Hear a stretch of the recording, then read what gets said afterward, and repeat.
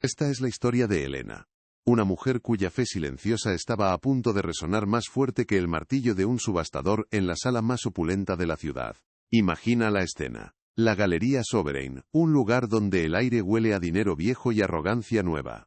Elena, con su vestido sencillo y su mirada serena, acaba de hacer una oferta por la pieza central de la noche, una reliquia sagrada de valor incalculable. Su puja es tan modesta, tan simbólica, que el silencio inicial se rompe en una ola de murmullos condescendientes y risas ahogadas. La han señalado, no como a una competidora, sino como a una intrusa, una ilusa que ha confundido una casa de subastas con un lugar de caridad. La humillación es un manto pesado que cae sobre ella, pero Elena no se inmuta. No todavía. El conflicto tiene un nombre y una sonrisa perfectamente ensayada. Julián Valderrama.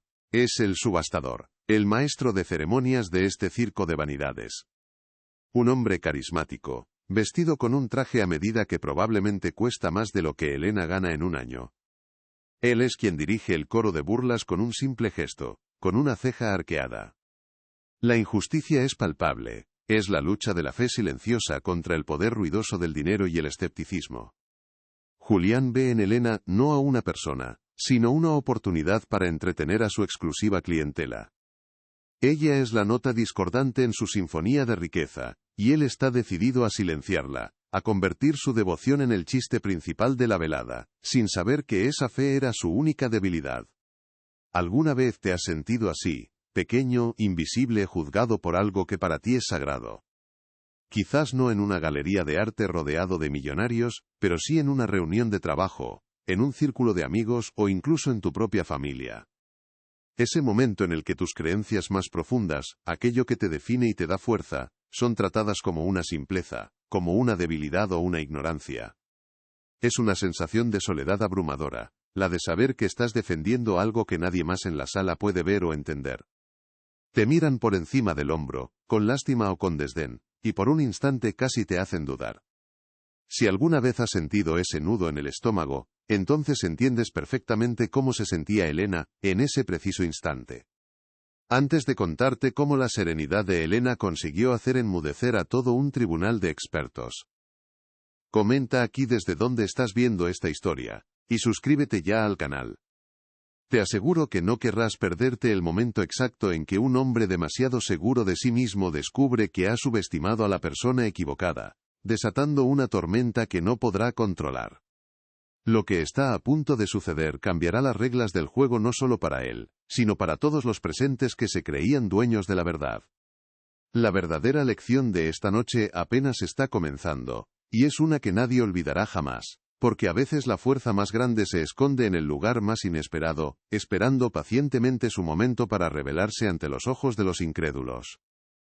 La Galería Sovereign no era solo un lugar, era una declaración de principios. Las paredes, cubiertas de obras de arte que valían fortunas, parecían juzgar a quienes no pertenecían a ese mundo. El aire estaba cargado de un perfume caro mezclado con el olor a barniz antiguo, una atmósfera densa, casi asfixiante para quien no estuviera acostumbrado. Los asistentes, coleccionistas de renombre y académicos con egos inflados, se movían con una estudiada indiferencia, intercambiando comentarios en voz baja que destilaban conocimiento y poder. Era un ecosistema cerrado, un templo dedicado al materialismo donde el valor de un objeto se medía en euros y en la reputación que otorgaba poseerlo. La fe, la devoción o cualquier tipo de espiritualidad eran vistas como supersticiones primitivas, reliquias de un pasado ignorante que no tenían cabida en su mundo de lógica y cifras. En medio de todo ese lujo calculado, Elena era una anomalía. Una mujer de unos 50 años, con la serenidad grabada en el rostro y una paz interior que parecía inmune al entorno hostil. Su ropa era sencilla, limpia y digna, pero carecía de las marcas y los cortes que gritaban estatus. Su fe no era un espectáculo, era algo íntimo, una conversación silenciosa que mantenía consigo misma. Antes de hacer su oferta, los que estaban cerca la vieron cerrar los ojos por un instante, un gesto casi imperceptible que, sin embargo, la delató. Para ella, esa reliquia no era una inversión ni un trofeo. Era un puente, un vínculo tangible con lo divino, y su presencia allí no era un capricho, sino una misión personal que sentía el deber de cumplir, sin importar el precio que tuviera que pagar en humillación. Julián Valderrama, por otro lado, era el producto perfecto de ese ambiente. Su carisma era un arma afilada que usaba para controlar la sala, para seducir y para intimidar. Cada palabra suya estaba calibrada para obtener el máximo efecto, ya fuera para inflar el precio de un lote o para aplastar a cualquiera que osara desafiar su autoridad. Veía el mundo en términos de ganadores y perdedores, de expertos y de ignorantes. Para él la fe de Elena era simplemente una variable que podía explotar para su propio beneficio. La consideraba una beata, una mujer simple cuya devoción la cegaba a las realidades del mercado del arte. Su desdén no era solo profesional, era personal. Representaba todo lo que él despreciaba: la humildad frente a la ostentación, la creencia frente a la evidencia empírica. La primera humillación fue directa, un golpe limpio y cruel. Después de que Elena hiciera su oferta, una cifra que apenas cubría el coste del catálogo del evento, Julián detuvo la subasta. Se quitó las gafas lentamente, un gesto teatral para asegurarse de que todos los ojos estuvieran fijos en él. Luego, con una sonrisa que no llegaba a sus ojos, se dirigió a ella. «Disculpe, señora, creo que se ha equivocado de evento. La colecta para la restauración de la iglesia es el domingo, no esta noche». Un estallido de risas agudas y educadas llenó la sala. No fue una carcajada grosera, sino algo peor, una risa refinada. La risa de quienes se sienten tan superiores que ni siquiera necesitan esforzarse para herir. Era el sonido de la exclusión, la confirmación de que ella no pertenecía a ese lugar. La reacción de Elena fue lo que descolocó a todos, especialmente a Julián. No hubo lágrimas, ni un rubor de vergüenza, ni una palabra balbuceada en su defensa. Simplemente mantuvo la mirada fija en la reliquia, que descansaba sobre un pedestal de terciopelo bajo una luz intensa. Su calma era una muralla invisible contra la que chocaban las burlas. Por un segundo cerró los ojos de nuevo, como si se refugiara en un lugar interior al que nadie podía acceder. Esta falta de reacción fue un desafío silencioso. Julián esperaba someterla, hacerla sentir pequeña y obligarla a retirarse. Pero su serenidad inquebrantable era un idioma que él no hablaba, una fuerza que no podía medir ni controlar. Y eso, para un hombre acostumbrado a dominarlo todo, era absolutamente intolerable. Sintiendo que perdía el control del espectáculo, Julián decidió redoblar la apuesta, llevando la humillación a un nivel más personal y público. Se giró hacia su audiencia, adoptando un tono de falsa complicidad. «Damas y caballeros, parece que esta noche tenemos el honor de contar con una verdadera creyente entre nosotros», proclamó, su voz goteando sarcasmo. «Quizás la señora no necesita pujar más alto, tal vez espera que un milagro se encargue de pagar el resto de la suma». Ahora las risas fueron más abiertas, más crueles. Los expertos sentados en la primera fila, los mismos que habían autentificado la pieza, intercambiaron miradas de superioridad y negaron con la cabeza con una sonrisa de suficiencia. Elena estaba completamente sola, una isla de fe en un océano de cinismo, y la marea de desprecio subía peligrosamente a su alrededor. En lugar de retirarse, Elena absorbió la oleada de desprecio como una roca absorbe el embate de una ola. El sonido de las risas refinadas, ese murmullo cruel y educado, no pareció tocarla. En la primera fila, un anciano académico, el profesor Alistair Finch, un hombre que había dedicado su vida al estudio de artefactos medievales, se ajustó las gafas con un gesto de incomodidad. No se rió. En su lugar, observó a Elena con una curiosidad que bordeaba la pena, como si viera a una criatura exótica y frágil fuera de su hábitat natural. No hizo nada para intervenir, por supuesto, su reputación dependía de su alineación con el consenso de la sala. Pero su silencio fue una nota discordante en la sinfonía de la arrogancia, una pequeña grieta en la fachada de unanimidad que Julián había construido.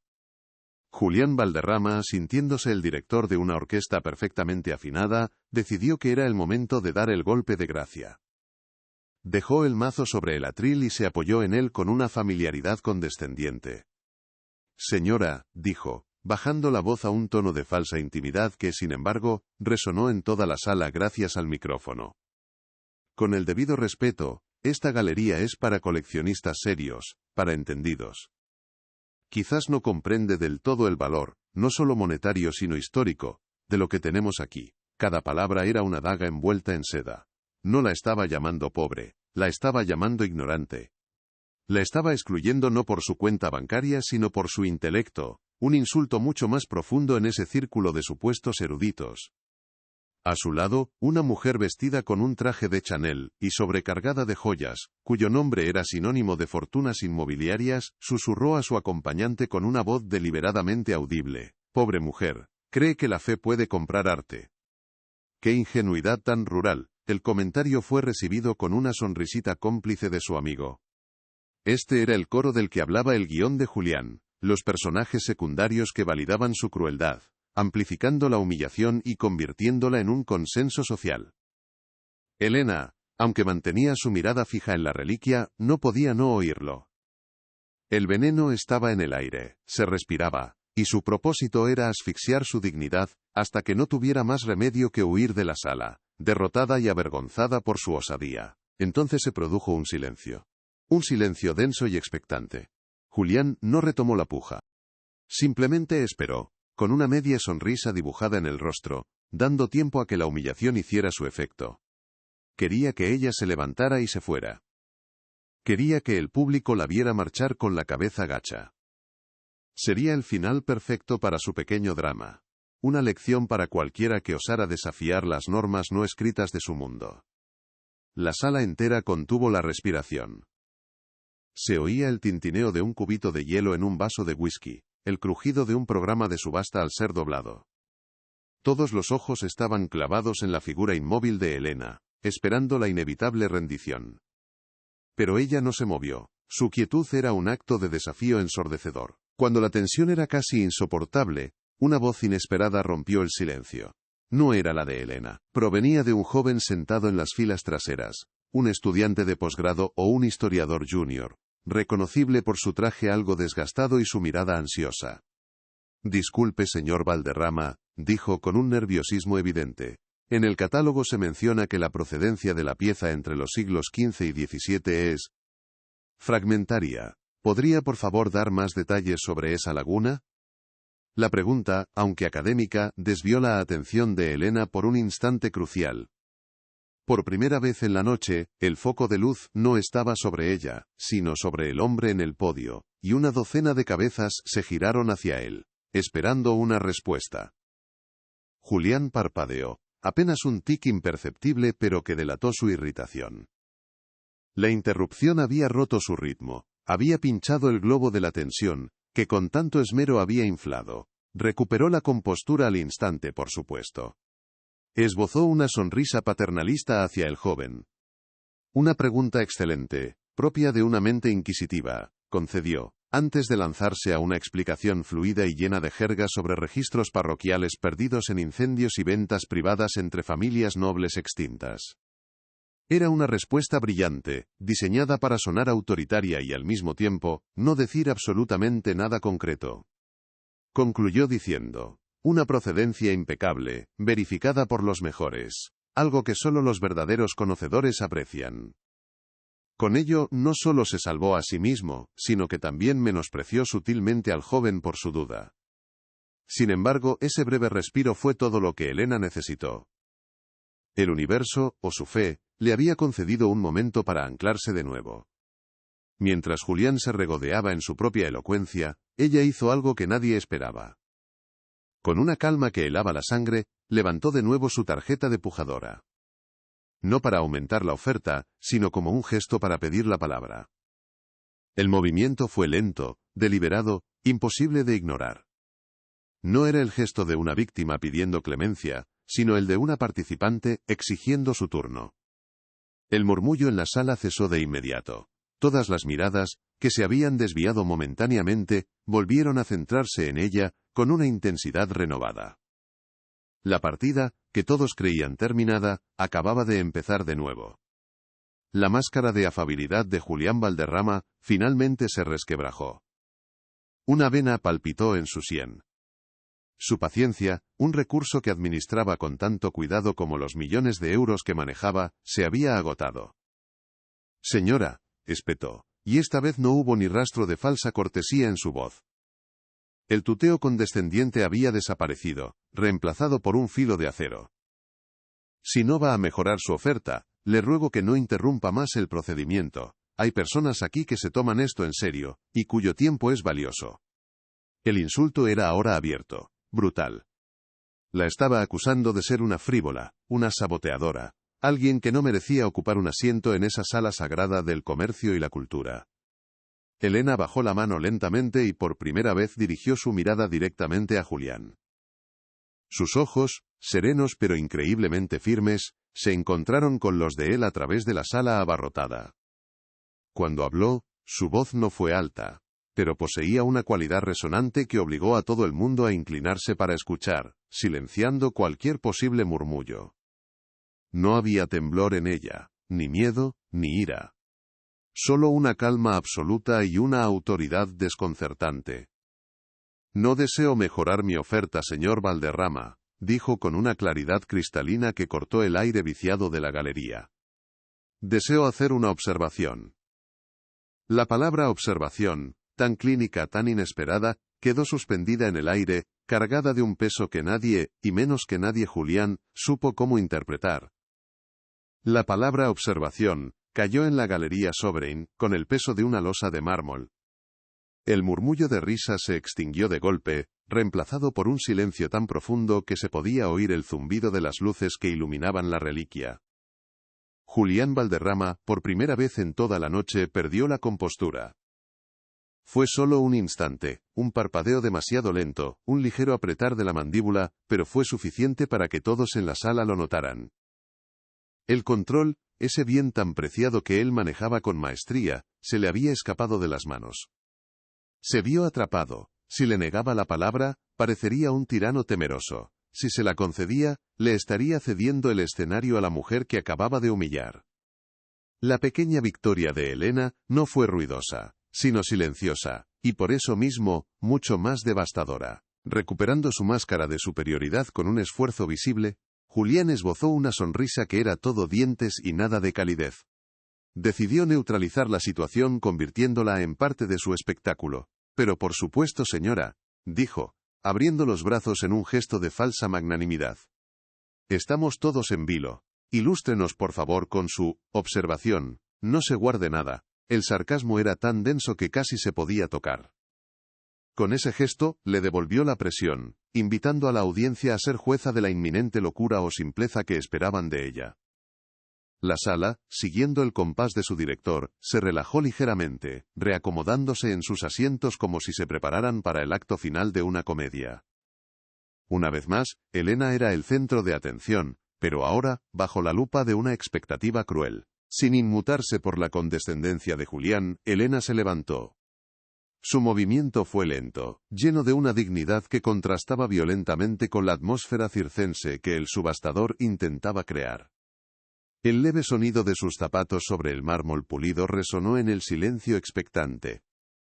No caminó con prisa ni con duda, sino con el paso firme de quien se dirige a un lugar que conoce bien. Mientras avanzaba por el pasillo, todas las miradas la seguían, analizando su vestido sencillo, su pelo recogido sin pretensiones, su rostro sereno. Era una figura de otra época, de otro mundo, avanzando hacia el corazón mismo del materialismo y la vanidad.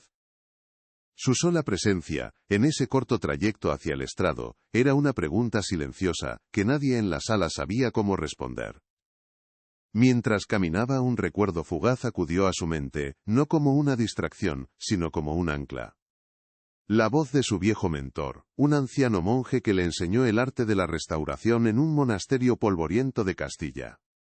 Elena, le había dicho décadas atrás mientras le mostraba un manuscrito carcomido. La madera, el lienzo, el oro, todos tienen memoria. Pero la mayoría solo sabe leer la memoria de los libros. Tú debes aprender a sentir la memoria del alma que habita en ellos.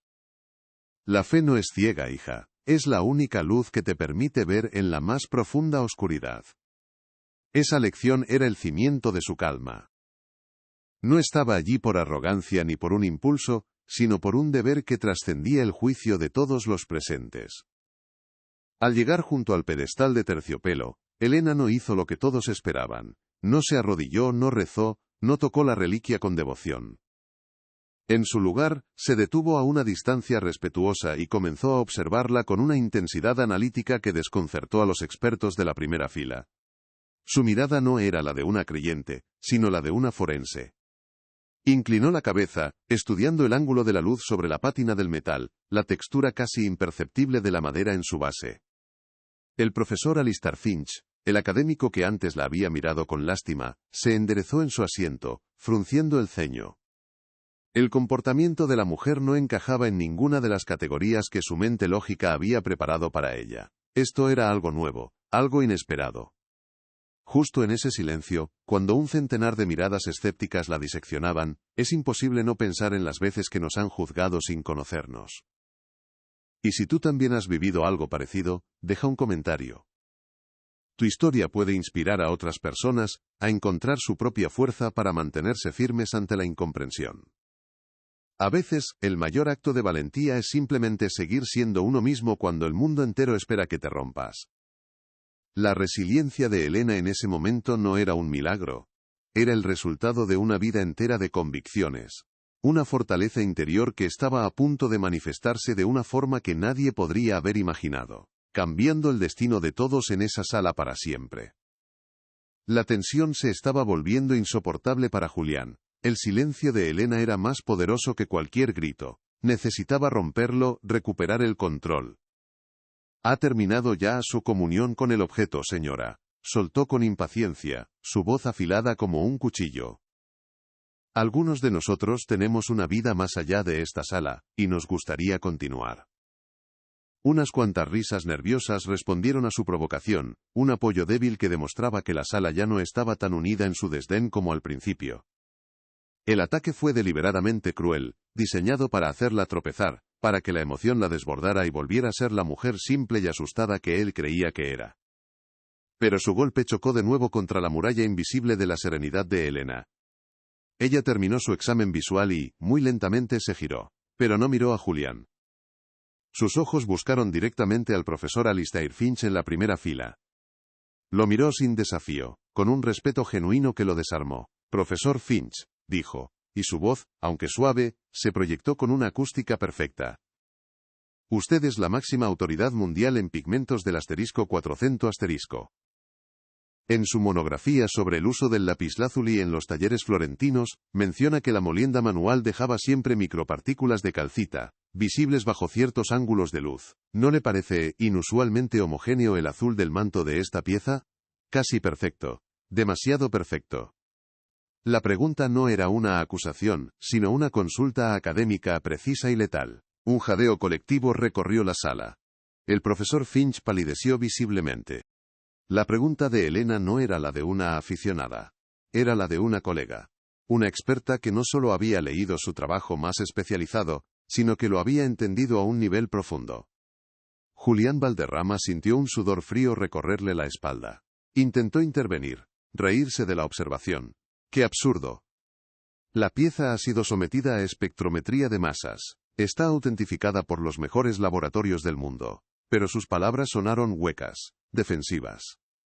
La semilla de la duda ya no era una pequeña grieta. Era una fractura que recorría la fachada de certeza de la Galería Sovereign. La mirada de todos ya no estaba en Elena con burla, sino en el profesor, esperando una respuesta que no llegaba. El profesor Finch se quedó sin aire. La pregunta de Elena no era un disparo al azar en la oscuridad, sino un misil teledirigido que había impactado directamente en el punto más vulnerable de su reputación. Todos en la sala, incluso los que no entendían la complejidad de la cuestión, comprendieron por la palidez del académico que algo iba terriblemente mal. Julián Valderrama sintió que el suelo se abría bajo sus pies. El control que había ejercido con mano de hierro se estaba desvaneciendo, reemplazado por una duda contagiosa que se extendía como un veneno por la sala. Intentó reír, forzar una carcajada que sonara natural, pero solo consiguió emitir un sonido ahogado, casi un graznido. La tensión era una cuerda a punto de romperse, y todos los presentes contenían la respiración, esperando ver quién sería el primero en caer cuando finalmente se partiera. Desesperado, sintiendo que la narrativa se le escapaba de las manos, Julián cometió su mayor error. Decidió aplastar a Elena, con el golpe más bajo y humillante de todos. Se inclinó sobre el micrófono, su voz convertida en un susurro venenoso que, sin embargo, llegó a cada rincón. Damas y caballeros, qué fascinante. Parece que la señora, al no poder permitirse la reliquia, ha decidido devaluarla con teorías conspirativas sacadas de un manual de aficionado. Es una táctica tan vieja como la envidia misma. Luego, mirándola directamente, añadió con una crueldad infinita. Quizás si reza con un poco más de fuerza, el precio baje a una cifra que su fe pueda permitirse. El insulto fue tan brutal, tan directo, que incluso sus más fieles seguidores en la sala se removieron incómodos en sus asientos. Había cruzado una línea. Pero Elena ya no lo escuchaba. Su ataque fue como una piedra lanzada a un océano profundo. Causó una pequeña onda en la superficie, pero no alteró la inmensidad de lo que había debajo.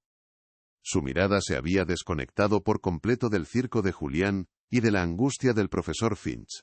Volvió a centrarse en la pieza que descansaba sobre el terciopelo. Había una intimidad en su escrutinio, una conversación silenciosa entre ella y el objeto que excluía a todos los demás. La sala entera observaba, hipnotizada por esa calma sobrenatural. Ya no veían a una mujer humillada, sino a una fuerza de la naturaleza, un enigma que estaban a punto de presenciar. Su silencio era ahora un arma, y cada segundo que pasaba sin reaccionar a la provocación de Julián, lo hacía parecer más pequeño, más desesperado y más patético. Con una lentitud que exasperó al subastador, Elena levantó la vista del objeto, y sin dirigirle la palabra a él, se dirigió a la sala. Con su permiso, dijo, y no era una pregunta, sino una cortés declaración de intenciones, me gustaría examinarla de cerca una última vez. Julián vio una oportunidad para su golpe de gracia. Si ella la tocaba y no pasaba nada, quedaría como una loca. Por supuesto, exclamó con un sarcasmo triunfal. Adelante. Permitan que la santa toque la reliquia. Quizás se ilumine, o nos hable en latín. Abrió el cordón de terciopelo que separaba al público de la pieza, invitándola a entrar en el escenario con un gesto teatral. Estaba convencido de que le había tendido la trampa perfecta, sin saber que era él quien estaba a punto de caer en ella. Elena avanzó con el mismo paso sereno y digno. El silencio en la sala era ahora absoluto, sagrado. El único sonido era el leve roce de su vestido y el latido acelerado en los oídos de cada espectador. Al llegar al pedestal, no hizo nada. Simplemente se quedó allí, observando. La luz del foco hacía brillar el oro antiguo, revelando cada detalle, cada imperfección, pero Elena no miraba el oro. Su mirada estaba fija en la base de madera oscura que sostenía la estructura metálica. Pasaron 10 segundos, 20, un minuto entero. La expectación era tan densa que se podía masticar.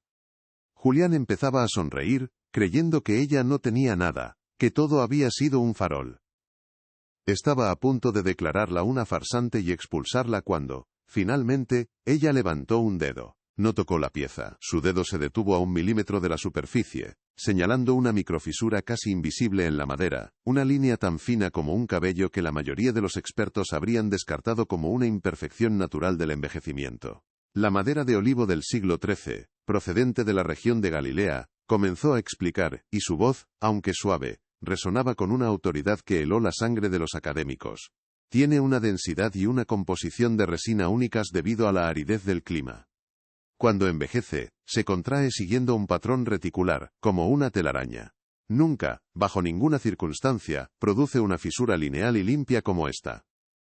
Hizo una pausa, dejando que la implicación de sus palabras calara en la mente de todos los presentes. Este patrón, continuó, su voz firme como una roca, es el resultado de un proceso de envejecimiento químico acelerado. Un intento de replicar en meses lo que a la madera real le lleva siglos conseguir. Es un trabajo excelente, sin duda. La pátina del metal, la oxidación del cobre bajo el oro, el uso de pigmentos, todo es casi perfecto. Se giró lentamente, y por primera vez, su mirada recorrió los rostros de los expertos en la primera fila, uno por uno, como un juez dictando sentencia. Casi perfecto, repitió. Pero quienquiera que hizo esta falsificación, cometió un error. Se centró tanto en la ciencia de los materiales, que olvidó el alma de la madera. Olvidó su memoria. La tensión había llegado a un punto de ruptura. La revelación era inminente. Entonces, Elena se giró hacia el centro de la sala, su mirada serena pero implacable, y pronunció las palabras que harían temblar los cimientos de la Galería Sovereign. Mi nombre es Elena Ríos. El nombre no significó nada para la mayoría, pero un par de historiadores de arte mayores abrieron los ojos con incredulidad.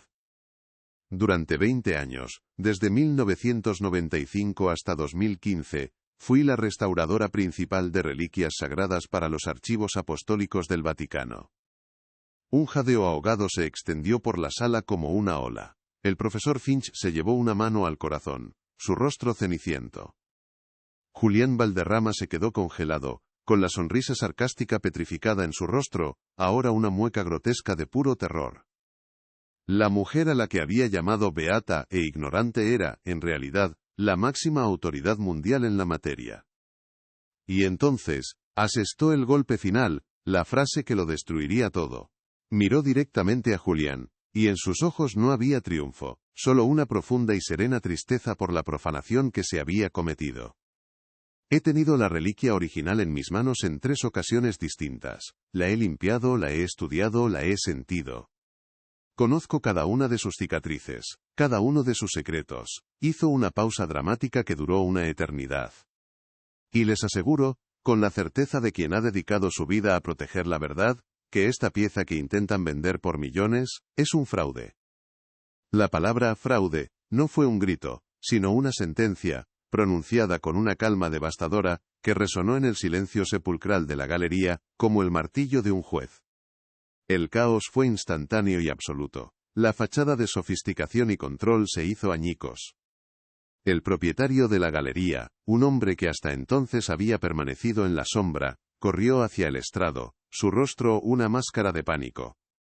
Los expertos de la primera fila empezaron a susurrar entre ellos con desesperación, sus reputaciones desintegrándose en tiempo real. Alguien sacó un teléfono para llamar a sus abogados. El joven estudiante que había hecho la pregunta sobre la procedencia, miraba a Elena con una veneración que rayaba en lo religioso. La mujer del traje de Chanel se cubrió la boca con la mano, sus joyas ahora parecían baratijas sin valor ante la exhibición de auténtica autoridad que acababa de presenciar. La subasta no solo se había suspendido, se había deshonrado. En medio del pandemonium, Julián Valderrama permanecía inmóvil, mudo. El carismático maestro de ceremonias, el hombre que jugaba con las fortunas y los egos de los demás, había sido reducido a una estatua de sal. Su rostro, antes lleno de arrogancia, ahora estaba vacío, despojado de toda su autoridad. La humillación que con tanto esmero había intentado infligir a Elena, le había sido devuelta multiplicada por 1000. La victoria de Elena no era solo técnica, era moral. No había necesitado levantar la voz ni insultar a nadie. Simplemente había dicho la verdad. Y su verdad, nacida de una vida de fe, servicio y un conocimiento profundo, había resultado ser más poderosa que todo el dinero, el poder y la soberbia reunidos en esa sala. Las consecuencias de sus palabras fueron inmediatas, un tsunami de pánico que barrió la opulencia de la sala. El propietario de la galería, un hombre de rostro pálido y traje impecable que hasta entonces había observado desde un discreto segundo plano, se abalanzó hacia el estrado, gesticulando frenéticamente a 2 guardias de seguridad. La reliquia, el objeto de veneración y codicia, fue retirada con una prisa casi cómica, como si de repente se hubiera vuelto radiactiva. Los expertos, aquellos titanes del conocimiento, se agruparon en un corrillo, susurrando con una urgencia febril, sus rostros una mezcla de incredulidad y terror profesional. Las reputaciones, construidas a lo largo de décadas de estudio y publicación, se estaban desmoronando en cuestión de segundos. El aire, antes cargado de arrogancia, ahora apestaba a miedo y a la inminente llegada de los litigios. El coro de la élite que antes se había reído de Elena, ahora la miraba con una mezcla de asombro y vergüenza. La mujer del traje de Chanel, que había murmurado sobre la ingenuidad rural, se encogió en su asiento, su rostro enrojecido, evitando la mirada de cualquiera. El joven estudiante que había cuestionado la procedencia, la observaba como si estuviera presenciando una aparición divina, con los ojos muy abiertos y una expresión de pura veneración. El murmullo que recorría la sala ya no era de desdén, sino de respeto. Habían llegado esperando ver arte y poder, y en su lugar, habían sido testigos de un acto de justicia poética tan perfecto, tan contundente, que parecía sacado de una escritura sagrada. Habían entrado como jueces y ahora se sentían como los juzgados, expuestos en su propia superficialidad. En medio de este torbellino de caos y humillación ajena, Elena permanecía como el ojo tranquilo del huracán. No había ni una pizca de triunfo en su rostro, ni el más mínimo atisbo de «os lo dije». Su expresión era de una calma solemne, casi melancólica, como si lamentara la necesidad de haber tenido que exponer tal engaño. No buscó el aplauso, ni esperó el reconocimiento. Con una dignidad que era ya su firma, se dio la vuelta, dispuesta a marcharse tan discretamente como había llegado. Su trabajo allí había terminado. No había ido a ganar una subasta ni a humillar a sus detractores. Había ido a defender la verdad, y una vez restaurada, su presencia ya no era necesaria. Su retirada silenciosa fue el acto final de una autoridad moral que no necesitaba validación externa. Mientras se dirigía hacia la salida, una figura temblorosa se interpuso en su camino. Era el profesor Alistair Finch. El anciano académico, cuya vida entera se había basado en la certeza empírica, tenía los ojos llenos de una emoción que no supo contener. No intentó dar excusas ni defender su error. Simplemente la miró, y en esa mirada había una disculpa más profunda que cualquier palabra. «Señora Ríos», comenzó, su voz rota por la emoción y la vergüenza. Hizo una pausa, tragando saliva con dificultad, y luego inclinó la cabeza en un gesto de reverencia, que silenció a los que estaban cerca. «Perdone nuestra ceguera. Nuestra arrogante ceguera». Fue una rendición total, el reconocimiento de que la ciencia, sin humildad, puede ser la forma más sofisticada de ignorancia. Desde la distancia, Elena pudo ver la última estampa del hombre que había orquestado su humillación.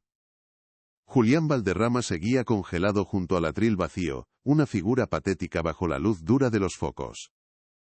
El propietario de la galería le siseaba al oído, su rostro a centímetros del de Julián, la furia contenida en cada palabra.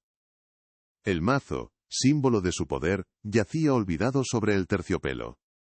Ya no era el carismático director de orquesta, sino un bufón, cuyo acto final había sido un desastre catastrófico.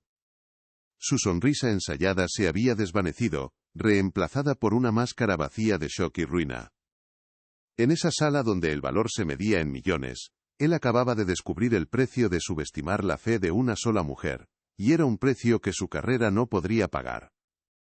Al cruzar las imponentes puertas de roble de la Galería Sovereign, el aire fresco de la noche la recibió como una bendición. Dejó atrás el murmullo del escándalo, el olor a perfume caro y a reputaciones quemadas. Se detuvo un instante en la acera, bajo el resplandor de las farolas, y levantó la vista hacia el cielo oscuro de la ciudad. No había estrellas visibles, solo el resplandor anaranjado de la civilización. Pero ella no necesitaba verlas para sentir una conexión con algo más grande. Tomó una respiración profunda, llenando sus pulmones no de aire sino de paz. La misión se había cumplido. La verdad frágil pero persistente, había encontrado su voz a través de ella. Y con esa certeza en el corazón, Elena Ríos se alejó caminando lentamente en la noche, una figura anónima de nuevo, pero portadora de una luz que ninguna oscuridad podía extinguir. La historia de Elena nos enseña que el verdadero poder no reside en la riqueza o el estatus, sino en la integridad de nuestras convicciones. Nos recuerda que la fe, lejos de ser una debilidad, puede convertirse en la lente más clara para discernir la verdad en un mundo a menudo cegado por la soberbia. A veces, la voz más serena es la que resuena con más fuerza, y un corazón humilde puede hacer temblar los cimientos de los imperios más arrogantes. La fe no solo ilumina el alma, sino que también expone las mentiras que se esconden en la oscuridad. Si esta historia de fe y resiliencia ha tocado tu corazón, comparte este vídeo con alguien especial, y suscríbete para escuchar más relatos que, como este, nos devuelven la esperanza.